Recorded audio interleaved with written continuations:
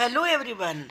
Today we are going to discuss notes on the chapter motion and time. तो चलिए शुरू करते हैं. What is motion? If an object keeps on changing, अगर किसी भी ऑब्जेक्ट की पोजीशन टाइम के साथ साथ चेंज होती रहे, it is said to be moving और इन मोशन, तो उसे कहा जाता है कि वो मोशन में है. तो इसमें याद रखिए, keeps on changing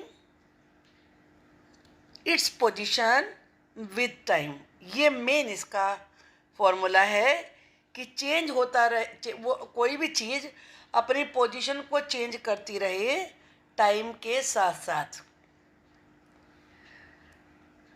motion can be of different types.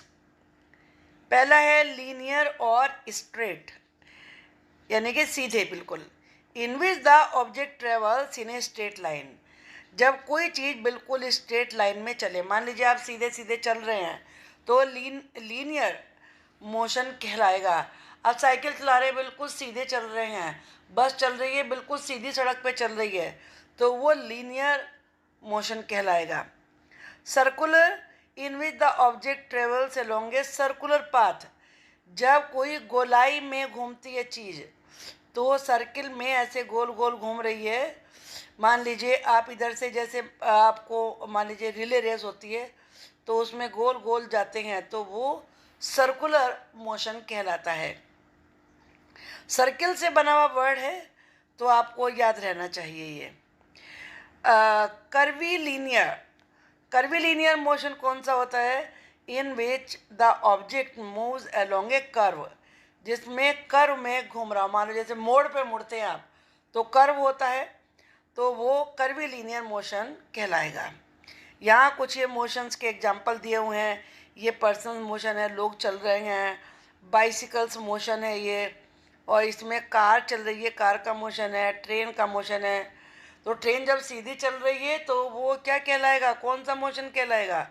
ये लीनियर मोशन कहलाएगा. जब वो घूम रही है घुमाओ, तो वो कर्वीलीनियर मोशन कहलाएगा. तो इस तरीके से आप इन एग्जांपल्स को याद रखिए. अब दूसरे मोशन होते हैं स्लो एंड फास्ट. कुछ धीरे धीरे चलने वाले मोशन होते हैं, कुछ बड़ी तेजी से चलते हैं. If one object covers a particular distance in less time, अगर कोई भी चीज़ किसी डिस्टेंस को कम समय में कवर कर लेती है, and another object cover the same distance in more time, और दूसरा जो ऑब्जेक्ट है वो ज़्यादा टाइम में कवर करे, then the first object is said to be moving slowly.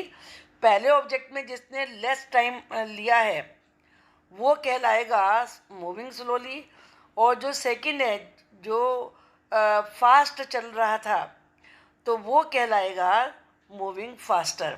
जैसे एग्जांपल, रेस होती है स्कूल्स में, 100 मीटर रेस, 200 मीटर रेस, तो नेचुरली जो सबसे आगे दौड़ रहा है वो फास्टर है, और जो उसके पीछे दौड़ रहा है वो स्लो है. क्योंकि डिस्टेंस तो सेम ही है, तो 100 मीटर होगी या 200 मीटर होगी, तो डिस्टेंस तो सेम है, लेकिन जो आगे चला वो फास्ट कहलाएगा और जो पीछे रहा वो स्लो कहलाएगा. स्पीड ऑफ एन ऑब्जेक्ट, जो ऑब्जेक्ट होता है उसकी स्पीड होती है. इसकी डेफिनेशन क्या है? इसकी डेफिनेशन है the distance travel by an object. कोई भी ऑब्जेक्ट जो डिस्टेंस ट्रेवल करता है इन यूनिट टाइम. अब यूनिट टाइम जानते हैं कि एक स्टैंडर्ड यूनिट टाइम होता है, तो उसे ही स्पीड कहते हैं. अब कितने तरीके की स्पीड होती है? कि यूनिफॉर्म स्पीड होती है. यूनिफॉर्म से मतलब होता है एक जैसी स्पीड, ना आप ज़्यादा फास्ट हुए ना ज़्यादा आप स्लो हुए, मतलब बिल्कुल एक ही स्पीड पे चल रहे हैं. When the object travels a fix distance, बिल्कुल निश्चित डिस्टेंस, सेम टाइम गैप से सेम टाइम पे, it is said to have a uniform speed. मान लीजिए मुझे मार्केट जाना है. मार्केट में मैं जाते समय मैंने 20 मिनट्स लगाए, और आते समय उसी डिस्टेंस को मैंने फिर दोबारा से 20 मिनट में मैं घर पहुंच गई, तो वो यूनिफॉर्म स्पीड कहलाएगी. क्योंकि आपने जो मार्केट तक की डिस्टेंस थी, मान लीजिए वो 1 किलोमीटर थी या हाफ किलोमीटर थी, तो उसको 20 मिनट में ही कवर किया, 2 बार में, एक आते हुए भी और जाते हुए भी, तो ये यूनिफॉर्म स्पीड कहलाएगी। अब नॉन यूनिफॉर्म स्पीड, जो मतलब बदलती रहे, उसे नॉन यूनिफॉर्म कहेंगे।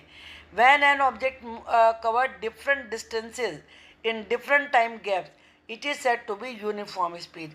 इसका एग्जांपल मान लीजिए मार्केट जा रहे हैं, थोड़ी दूर आप थोड़ा ज़्यादा फास्ट चले, फिर थक गए, फिर आप 5 मिनट तक स्लो चले, फिर और थक गए, तो वो और स्पीड से कम चले, तो आपकी स्पीड बदलती रही, तो वो कहलाएगी नॉन यूनिफॉर्म स्पीड। आप स्कूल आते हैं, स्कूल आने में घर से आप चलते हैं, फास्ट फास्ट चलते हैं, लेकिन उसके बाद स्लो हो जाते हैं, या घर से स्लो चलते हैं और लगता है कि अरे टाइम लेट हो रहे हैं, फिर फास्ट चलना शुरू हो जाते हैं, तो वो नॉन यूनिफॉर्म स्पीड कहलाती है, क्योंकि आप अलग अलग अलग डिस्टेंस को अलग अलग स्पीड पे कवर कर रहे हैं। अब होता है average speed, the total distance travelled bye an object. किसी ऑब्जेक्ट ने जितनी टोटल डिस्टेंस कवर करी है divided by the total time, और टोटल टाइम जितना उसे कवर करने में लिया, वो कहलाता है उसका एवरेज स्पीड। जैसे मैंने एग्जांपल दिया, मार्केट गए और मार्केट जाने में जो डिस्टेंस है वो है 1 किलोमीटर, और आपको लगे 20 मिनट्स, तो आप इसको डिवाइड कर देंगे, जैसा लिखा है यहाँ पर डिवाइड करना है आपको। तो मान लीजिए जैसे मैंने बताया 1 किलोमीटर है, तो 1 किलोमीटर में कितने मीटर होते हैं, 1000 होते हैं, और कितने में किया, 20 मिनट्स में किया, 20 मिनट्स। तो आप इसे काटेंगे यहाँ पर, तो ये आपका 0 से 0 कट गई, और 2 5 जा 10 50। तो अगर आपको स्पीड निकालनी है, तो यहाँ पे ट्रायंगल में आप देखेंगे डी ऊपर है, तो डी ऊपर लिखा जाएगा इसमें, और स्पीड निकाल रहे थे उसको कलर से दिखाया है, जो निकालना है उसको कलर से दिखाया है, टाइम नीचे है, टाइम नीचे आएगा, तो डिस्टेंस अपॉन टाइम ये फॉर्मूला है स्पीड का। अब डिस्टेंस का फॉर्मूला क्या है, तो उसको आपको मल्टीप्लाई करना है, स्पीड इनटू टाइम, स्पीड को टाइम से आप मल्टीप्लाई कर दीजिए, तो ये आपका डिस्टेंस निकल जाएगी। अब आपको टाइम निकालना है, तो टाइम निकालने में डिस्टेंस अपॉन स्पीड, डिस्टेंस ऊपर आएगी और स्पीड नीचे आएगी। इन फॉर्मूला को आपको ज़रूर याद रखना है, तभी आप इनके न्यूमेरिकल कर सकते हैं। एवरेज स्पीड निकालनी हो तो टोटल डिस्टेंस कितनी थी और टोटल टाइम कितना, जैसे मैंने अभी आपको करके दिखाया, तो आपकी एवरेज स्पीड निकल जाएगी यहाँ पर। जैसे मैंने बताया था, तो जो हमारा 50 मीटर था वो एवरेज स्पीड थी पर मिनट। अब है मेजरिंग टाइम, टाइम को कैसे मेजर किया जाता है। पहले तो वॉचेज नहीं होती थी, तो तब कैसे मेजर करते होंगे टाइम को, यह सब चीज़ें आप देखेंगे। There are many events in nature, nature में बहुत सारी घटनाएं होती हैं, that repeat after a time interval. पहले तो आप डे और नाइट ही ले लीजिए, डे के बाद नाइट आती है, नाइट के बाद फिर डे आता है, फिर नाइट आ जाती है, और ऐसे ही मॉर्निंग होती है तो rising sun, the rising sun, evening में setting sun, day and night. तो सबसे पहले जब वॉचेस नहीं थी, लोग वाग इससे अंदाज़ा लगाते भाई सनराइज हो गया तो मॉर्निंग हो गया, अभी वैसे ऐसा करते हैं। और the time between the sunrise and sunset, क्योंकि सनसेट से नाइट शुरू हो जाती है और सनराइज से डे शुरू हो जाता है। Month, time between 2 new moons, ये पहले न्यू मून्स होता था, यानी कि जैसे अब जैसे फुल मून होता है तो फिर अमावस्या आती है जिस समय कोई मून नहीं होता, तो उसके बाद जो थोड़ा सा दिखना शुरू होता है वो न्यू मून कहलाता है। तो उससे एक मंथ आता था, जब एक न्यू मून के बाद दूसरा न्यू मून आएगा।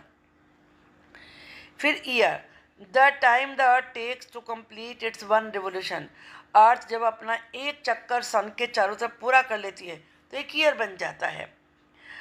टाइम मेजरिंग डिवाइसेस और क्लॉक्स, अब टाइम को मेजर करने वाली घड़ियाँ या डिवाइसेस क्या हैं। Clocks use the concept of periodic motion to measure time, clock क्या यूज़ करती हैं, एक पीरियडिक मोशन यूज़ करती हैं कि मान लीजिए आपके यहाँ 12 बजते हैं और जब ये हैंड आपका यहाँ से चक्कर, ये बीच में जो हैंड है ये पूरा चक्कर काट के ऐसे ऐसे ऐसे ऐसे ऐसे दोबारा यहाँ आ जाएगा, तो ये एक आपका 12 आवर्स का पूरा हो जाएगा duration. It means that it uses motion that repeats itself in equal amounts, कि जो इक्वल अमाउंट में अपने आप को रिपीट करे. There are different types of time measuring devices. Time को मेजर करने वाले बहुत सारे डिवाइसेस हैं. पहले तो है सन डायल. ये सबसे पहले यूज़ होता था जब क्लॉक भी नहीं होती थी. It uses the position of the sun to depict time. पुराने लोग बहुत सारे जिनको घड़ी अभी बहुत बूढ़े हैं उनको नहीं समझ में आता तो देख लेते हैं, अरे ये यहाँ पर इतनी शेडो आ रही है तो इतने बजे होंगे अब. तो ये ऐसे बनाते थे एक इंस्ट्रूमेंट, और ये जो शेडो पड़ रही है ये इस शेडो से अंदाज़ा लगाते थे कि कितना टाइम हो गया होगा. इसे कहते हैं सन डायल. और इसके बाद है सैंड क्लॉक. आर ग्लास भी इसे कहते हैं. It uses sand to measure time. ऊपर वाले इस वाले पोर्शन में पूरा सैंड भर देते थे, और ये जब तक पूरा नीचे गिरे और इसको वाले को फिल कर दे तो इसमें 1 आवर का ड्यूरेशन होता था. मतलब इसकी इतनी मेजरमेंट होती थी, तो समझो ये पूरा हो गया तो 1 आवर हो गया है. फिर आती है वाटर क्लॉक. वाटर क्लॉक में भी ये होता था. It uses water to measure time. ये कंटेनर है, इसमें वाटर भरा तो धीरे धीरे स्लोली इसमें से वाटर ड्रिप होता था, और इसकी एक मेजरमेंट थी कि हाँ भाई ये इतने समय में ये खाली हो जाएगा और ये नीचे वाला फिल हो जाएगा, तो इतना टाइम हो गया है. फिर थी pendulum clock. It uses a pendulum to measure time. इसमें ये पेंडुलम होता है, आपने देखा होगा, ये ऐसे ऐसे ऐसे टू एंड फ्रो मूव करते रहते हैं. इस मोमेंट को टू एंड फ्रो कहते हैं. यानी कि टू इधर आएगा, यहाँ तक जा रहा है, और ये फ्रोम होगा. फ्रोम को फ्रो बोल देते हैं शॉर्ट में. तो बोला जाता है to and fro. From and to नहीं होता, टू एंड फ्रो. अब है क्वार्ट्ज क्लॉक्स. आपको देखो नई चीज़ जानने को मिलेगी. क्वार्ट्ज क्लॉक कौन सी होती हैं? सुई तो इनमें भी होती है, पेंडुलम वाले में भी सुई होती है, यानी कि हैंड्स होते हैं. They have an electric circuit. इनमें एक इलेक्ट्रिक सर्किट होता है पीछे, that works with the help of cell, जिसमें सेल्स लगाने पड़ते हैं. They provide accurate time. उससे एक्यूरेट टाइम पता चलता है, इसलिए इन्हें क्वार्ट्ज क्लॉक कहते हैं. फिर है periodic motion of a simple pendulum. जो पीरियडिक मोशन होता है एक सिंपल पेंडुलम का, वो क्या होता है? तो आप यहाँ पर देखिए, ये सिंपल पेंडुलम है. ये बॉब है, ये मेटल की बॉब होती है, और ये लॉन्ग थ्रेड लगा रखा है यहाँ पर, धागा बांधा, और ये रिजिड सपोर्ट, कोई भी फट्टा है कुछ भी है आप वहाँ पर इसको कर सकते हैं. तो जब आप इसको, और ये इसकी लेंथ हो गई, तो जब आप इसको पुश करेंगे तो फिर ये ऐसे ऐसे ऐसे मूव करेगा, ये ऐसे. तो ये सिंपल पेंडुलम हुआ. ये क्लॉक वाला पेंडुलम नहीं है, ये सिंपल पेंडुलम आप बना सकते हैं. बहुत सारे बच्चे इससे खेलते भी हैं. बॉल बंधी हुई होती है, वो बाज़ार में टॉय के रूप में मिलती है, उसे ऐसे ऐसे वो पेंडुलम की तरह से मूव करती है. अब ये motion of a simple pendulum, जो ये बिल्कुल स्ट्रेट वाली पोजीशन है ना, ये कहलाती है मीन पोजीशन या सेंटर पोजीशन. आप सेंटर भी याद रख सकते हैं क्योंकि सेंटर में है. एक्सट्रीम पोजीशन, ये भी एक्सट्रीम पोजीशन. जहाँ तक ये पहुँची है बिल्कुल, ये एक्सट्रीम अंतिम पोजीशन, और फिर इधर से भी उतना डिस्टेंस कवरेगी, ये एक्सट्रीम पोजीशन कहलाती है. इसको याद रखिए आप. फिर ये सिंपल पेंडुलम की हमने बता दिया है. A simple pendulum contains A Bob, जैसा भी दिखाया उसमें बॉब होती है. It is A metallic ball और ए स्टोन. आप स्टोन भी बांध सकते हैं या कोई मेटल की बनी हुई बॉल ले सकते हैं. Which is suspended. सस्पेंड का मतलब होता है लटकाना, याद रखिए. Suspended from a rigid stand, जैसे हार्ड स्टैंड से लटका देते हैं with the help of a thread. तो आपका सिंपल पेंडुलम बन गया. Oscillatory motion, to and fro motion, मैंने अभी आपको दिखाया ना, फ्रॉम का फ्रो बोला जाता है. To and fro motion of the pendulum is called oscillatory motion. जैसे पेंडुलम इधर से इधर, इधर से इधर जाएगा, ये to and fro motion oscillatory motion कहलाता है. The bob of the pendulum does move from the centre. और सेंटर से चाहे बीच में, तो पहले तो सेंटर से ही होगी. अगर आपने इधर से पुश किया तो पहले इधर चली जाएगी, इधर से पुश किया तो इधर चली जाएगी. move from the center mean position of the pendulum to its extreme position on the other side. ये वाली भी एक्सट्रीम पोजीशन है और ये वाली भी एक्सट्रीम पोजीशन है और ये होती है मीन पोजीशन. ओके, अब चलिए आगे देखते हैं. Oscillation. When the bob moves from its centre, जब बॉब अपने सेंटर से मूव करती है जो कि मीन पोजीशन कहलाती है, to its extreme end it is said to complete one oscillation. यानी कि मीन पोजीशन से यहाँ चली और फिर यहाँ से इधर तक आई, तो ये वन ओसिलेशन हो गया. समझ में आ गया? वन बार का वन होगा. जितना, ये नहीं कि मैं जितना घुमाती जा रही हूँ. दोबारा मैं बना के दिखा देती हूँ आपको. बस सीधे यहाँ तक गया और फिर यहाँ से यहाँ तक दोबारा आया, ये वन ओसिलेशन हो गया. अब इसके बाद है time period of a pendulum. The time taken by the pendulum bob to complete one oscillation. One oscillation को कंप्लीट करने में जितना टाइम लगता है वो टाइम पीरियड कहलाता है. Units to measure time speed. Time और स्पीड को मेजर करने की यूनिट क्या क्या होती हैं? टाइम को मेजर करने की सेकंड्स होती है जब एस लिखा जाता है. मिनट्स होती हैं तो MIN लिखते हैं. जब आवर्स होता है तो H लिखा जाता है. Speed is equal to distance upon time, मतलब D अपॉन टाइम. आप ऐसे इसका फॉर्मूला भी जैसे आपने देखा था तो स्पीड निकल जाती है. तो मीटर अपॉन सेकेंड आप करेंगे तो M अपॉन S लिखा जाएगा. ऊपर मीटर, क्योंकि डिस्टेंस तो मीटर में या किलोमीटर में नापी जाएगी ना. और मिनट लिखेंगे तो M अपॉन MIN मिनट लिखा जाएगा. और अगर डिस्टेंस किलोमीटर में है तो किलोमीटर अपॉन R लिखा जाएगा. जैसे बस की, ट्रेन की जो स्पीड होती है वो किलोमीटर अपॉन R ही होती है कि 1 घंटे में कितनी स्पीड. आप रोड पे लिखा हुआ भी देख सकते हैं. अब यहाँ पर लिखा है to convert between metre upon second या किलोमीटर अपॉन R. अगर आपको इन्हें चेंज करना होता है तो क्या तरीका होता है चेंज करने का? मान लीजिए 1 किलोमीटर अपॉन 1 R है, तो सबसे पहले आप ये देखिए 1 किलोमीटर में कितने मीटर होते हैं? 1000 होते हैं और 1000 अपॉन 1 R आ जाएगा. अब आपको R को भी चेंज करना है तो आपको पता है कि 1 आवर में कितनी मिनट्स होती हैं? 60 होती हैं. तो 1000 अपॉन 60 आ गया. अब आपको इसे सेकंड में निकालना है तो 1 मिनट में 60 सेकंड्स होते हैं, तो ये 60 अपॉन मल्टीप्लाई बाय 60 कहला जाता है. तो ये 2 जीरो लगी और 6 6 जा 36. तो क्या लिखा जाएगा कि इसमें 1 आवर में 3600 सेकंड्स होती हैं. अब आप इसे चेंज करेंगे तो ये दोनों जो जीरो हैं ये इससे कट जाएंगी. अब ये आपका ये यहाँ पर जब आप 10 से 36 को डिवाइड करेंगे तो क्या आएगा? 10 3 जा 30 और 60 बनाने के लिए आपको यहाँ डेसिमल लगाना पड़ेगा, तो इसलिए 3.6 इसका आंसर आएगा. आई थिंक कि इतना आपको आता है तो ये इजीली आपको समझ में आ गया होगा. डिवाइड बाय 36, तो ये 3.6 आ गया है. Conversion between kilometre per our अभी आपको ये मैंने समझा दिया है. अब देखते हैं स्पीडोमीटर. ये आप कार में लगे हुए देख सकते हैं. उसमें 2 ऐसे सर्किल इस प्रकार से लगे हुए होते हैं. इससे तो आपको स्पीड दिखती है और एक से कितनी चली है वो दिखता है. देखो ये दिख रहा है यहाँ पर, ये इससे कितने किलोमीटर चल चुके हैं ये पता चलेगा. और जो ये नंबर लिखे हुए हैं इनसे स्पीड पता चलती है.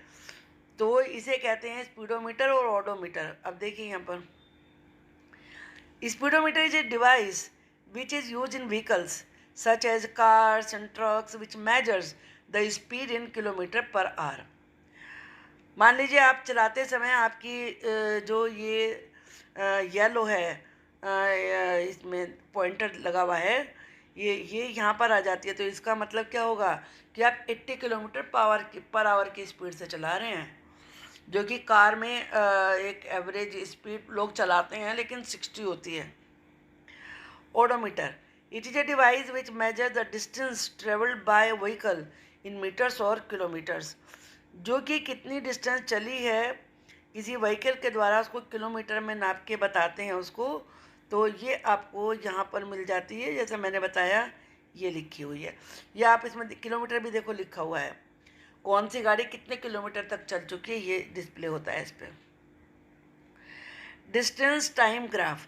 अब डिस्टेंस को अभी तो आपने फार्मूला देखे, फार्मूला से भी कर सकते हैं, और टाइम ग्राफ बना के भी, डिस्टेंस टाइम ग्राफ बना के भी दिखाया जा सकता है।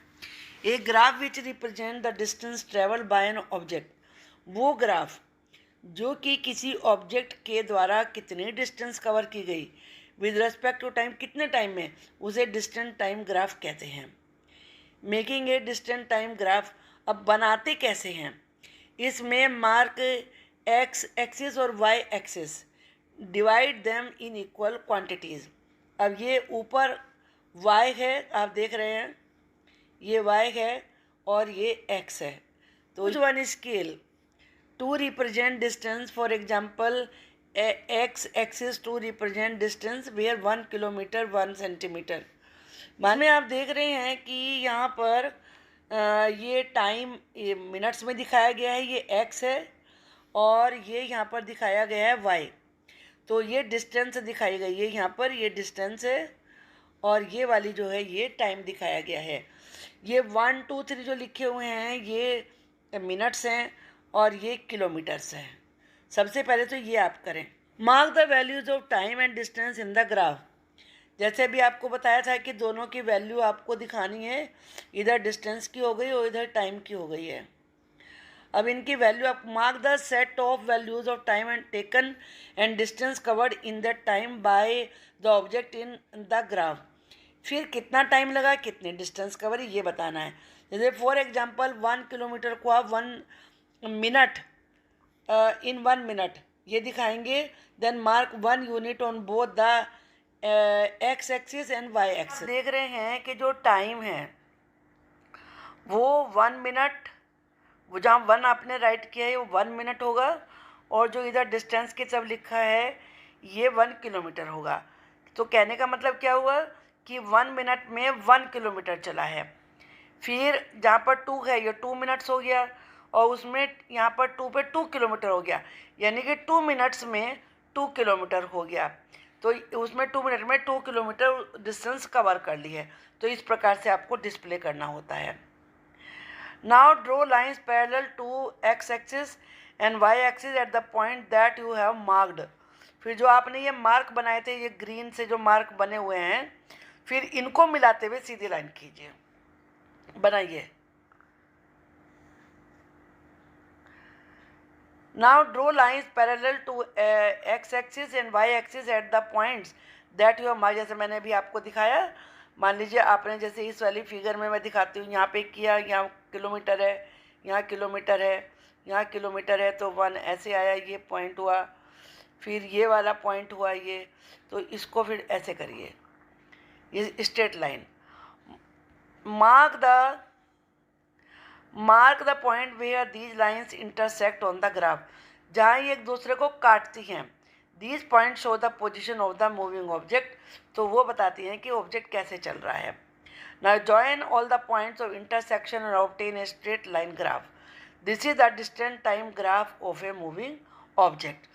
मतलब जो आपने ये स्ट्रेट लाइन खींची थी इस जगह से लेकर इस जगह तक, ये उसकी मोमेंट को बताता है कि कितने टाइम में कितना कवर किया। The shape of the distance time graph can be the following. अब मान लीजिए स्ट्रेट लाइन है, तो इसका मतलब क्या हुआ, the object has a uniform और कांस्टेंट स्पीड। जैसा मैं आपको ये भी और एक बताते हूँ यहाँ पर।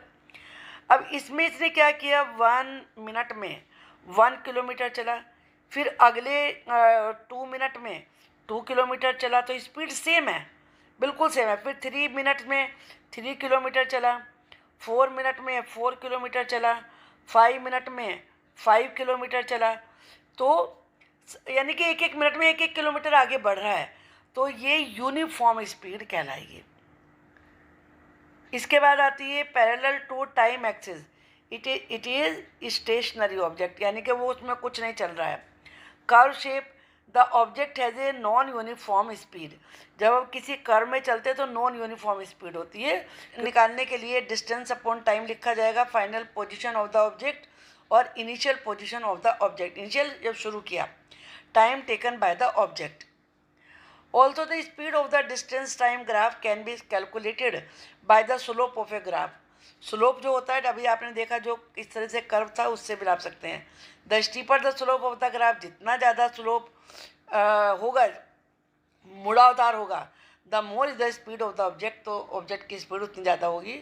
For example, in the graph given below object A has steeper slope, this mean that object A is moving at a higher speed than object B.